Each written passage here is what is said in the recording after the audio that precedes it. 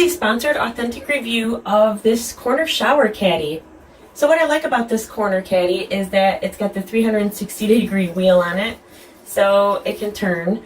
What I'm going to use this for is my kids. They're shorter and have a harder time accessing these, so I'm going to install a couple of these a little lower so that my kids can easily access them, and I think it's going to work out really good.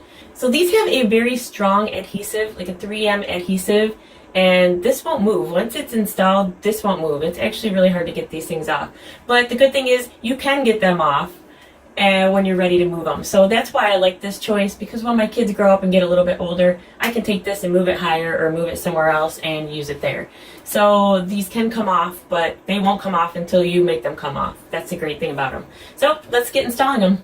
So this is where I've chosen to install this underneath my other ones. I need a little more space and I need it a little lower for my kids to be able to access. So I think this is going to work out perfectly.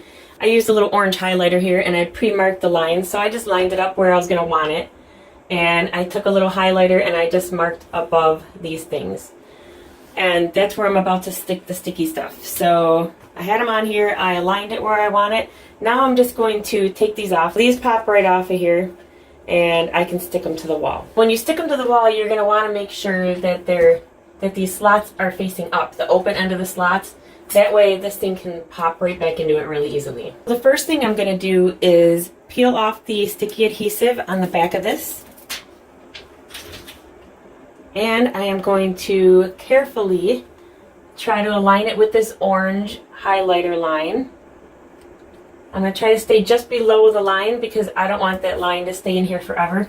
I have done that before where I've stuck this right on the line and my erasable line was no longer erasable because I had it behind the adhesive. So here's the second one. Also making sure that these clips are open on the top. I am going to remove the backing, the adhesive, and I'm just going to align this one to the mark that I made in the wall already and seal it. So these are sealed. These aren't going anywhere. That's what I like about these.